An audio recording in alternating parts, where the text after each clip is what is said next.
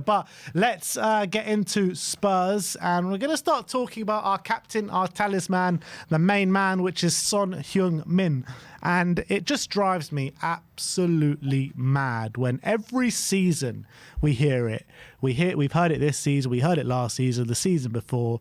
He's washed, he's finished, he's over the hill, he's this, he's that. And they're talking about Sonny. And every single year, he proves the doubters wrong every single time. And it just drives me mad. Why do you think we keep hearing this from certain sections of the fan base? Why do people want to doubt Sonny when he just proves people wrong every single time? I really don't understand it. But yeah, you're right. I can remember the last time when it was he was doubted, wasn't he? And then he come on as a sub and scored a hat-trick against Leicester. Do you remember them times? I think that was insane. Yeah, it happens every year. I guess it's... as a footballer gets older, it starts in the media maybe as well. The media likes to ignite stuff like that. But there's something that I heard that I heard it yesterday. It was that the Korean age is 1 year younger anyway, isn't it? They age people differently with Korea. So 32 is 31. I think it's 1 year older. I think no, when they're born, is it younger? Yeah, it's younger. So they're born as one. They're born as one. Yeah, that's right. Yeah. So that he's actually 31. So that'll make them older. Yeah, that would make them a year older. Oh, would it? Yeah, but a year older, but like he's actually is younger, so it makes it 32, but he'd be 31, no? I think, no, because he's born at 1, so if he's 32 in our stage, he'll be 33, I think, in Korean years. But actually, the age that we look at him at is actually his real age, not his Korean age. Either way, he's absolutely incredible. I'm not part of the doubting brigade, to be honest. And looking back on, I've watched Match of the Day 6 times since it's been going. Is that it? Yeah. That was after coming back from both the gigs and singing all day about something. But yeah, that goal, it's typical Sonny as well. When he started that step over, there's only one thing happening. And yes, you could probably have a look at the goalkeeper there because it was near post, but he could have gone anywhere, so that's what it does, and it doesn't give you any chance. But he was looking a lot fresher, wasn't he? On this occasion, he looked a lot sharper, and I think that 2-week break really helped him, didn't it? Because he look, as much as I think he's been in general performing quite well this season. You could see he was struggling with a few injury problems before. Obviously, when that Karabag game, he was holding his thigh a bit, and maybe he was losing. He didn't have that kind of explosiveness that we saw in the West Ham game, and maybe having that 2-week break or a bit longer, because obviously if there was a few weeks before that he was out anyway.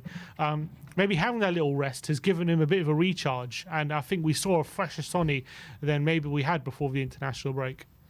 I think you're bang right, and I think. I wonder if I don't think we'll see him Thursday, and I wonder if we'll see him even in the cups. I think that they did allude to that, didn't they? I think Anne Jansson had come out and saying about the going across to international duty and everything being a lot stretched as he gets older. I do agree with that sense of his age that he's not going to be able to play every game, but the same sense, going a little bit off topic, if we see Mikey Moore start again on Thursday, that's brilliant for me, because that could be a long-term replacement if we are thinking further down the line, 3 or 4 years or whatever it is. I just don't want to see Timo, really. I'd like to see Mikey come in for Sonny. But yeah, maybe he was. He went down, didn't he, at Karabag as well, and he was taken off. And so yeah, there was a bit of a concern. I think you're absolutely bang right. The break has given him that back to Sonny. But I don't think he was struggling as much as what people were saying either, though. I don't apply a value to that, really. I think he's been, and again, looking at them highlights as I did 6 times, Sonny's off the ball work as well. Him alongside Solanke, the stuff that he do off the ball, he was involved in everything. So yeah, a big miss. And go on. I was going to say, if he was there for the second half in Brighton, maybe that capitulation would.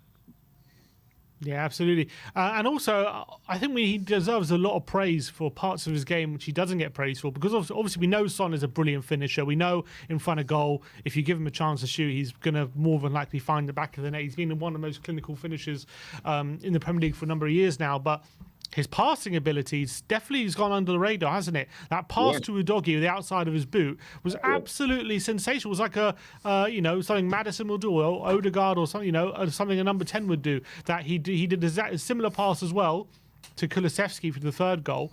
And a lot of people, even I have as well, questioned, his creativity on that left-hand side, whether he's creative enough to really perform in an Ange system the way we need him to.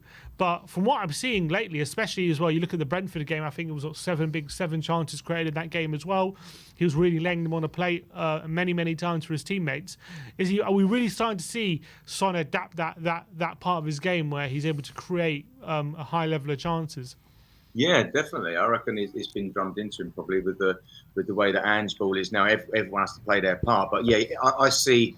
For looking back again at all the highlights, Son and Solanke are not praised enough for the stuff off the ball they're doing, or the chances before the assist, and just how much they're involved is quite incredible for me. Like I love to see that. Even obviously the own goal coming from Sonny as well. It was his shot, but yeah, he's involved in everything, and it was a real captain's performance. But yeah, I'm not part of this Sonny is washed up scenario. I really don't understand that. I mean, he takes really good care of himself. I think he just needs to maybe not be playing every game. He needs to watch what games he plays at this age, which is what we can do. We can save him for the Premier League and maybe the knockouts of Europa. Yeah, I mean, just to give you an example of these people that, I mean, I was here doing the watch long for the West Ham game. I was gutting not to be in the stadium, but in the first half, my whole chat was filled with Sonny's finish, Sonny's playing rubbish, Sonny's this, Sonny's that. And I'm sitting there being like, Sonny has literally been one of our best players in this first half, alongside Kulusevski. And then the second half comes, and he obviously had his hand in 3 of the goals. And then all my chat was like, Sonny's amazing, and Sonny's... I was like, the biggest flip-flops in history. And I'm looking at it and looking at the stats. 5 goal contributions in 6 Premier League games this season. Yeah. Last season, he got 27 goal contributions in 35 games. I mean, how can anyone call this guy washed is beyond belief, man. I think this guy is a phenomenon. I still think he's our best player, and long may it continue, because like you say, I think he takes really good care of himself, and we just need to manage his minutes. And if we do that, we're going to be seeing a top Sonny for quite some time still, I think. I still think that we need to give him a new contract, not just the trigger. I think we need to extend it by 2 years at least, because I still think he's got a lot more to give. Yeah, and you also got to remember, like I think you alluded to it earlier, where he's adapted his game, hasn't he? He's lost his partnership with Kane that he was used to for so many years, and he's gone on and adapted. That's not easy. We think that's easy, but he's got to completely change his game again, because he's losing the one focal point that he's had for so many years. That's all completely changed. And another manager's come in and playing a completely different way, and he's still doing what he's doing. He's still pulling up these figures. So yeah, I'm definitely in the Son camp and renewing that contract. When does it run out? Is it next year? End of next year? End of this season, I think. Yeah, officially it's end of this season, but we can trigger a year extension, which will go obviously to the end of next season. But I think we just need to give him a new contract, give him some bigger wages as well. Oh, absolutely. He deserves it. Yeah, since he's become captain as well, captain the club, they should get a contract that represents that as well. Do you know that he's got more goal contributions now in the Premier League than Alan Shearer? You what? Is he really? You know that? No, I didn't know that. That can't be right. That's what I read somewhere. It might be right. How many goals has Shearer got? Because Shearer got 260 Premier League goals. That's true. And he's on 250. Yeah. Maybe I got that stat wrong. That can't be right, yeah. He's going to be on more than Shearer by the end of it.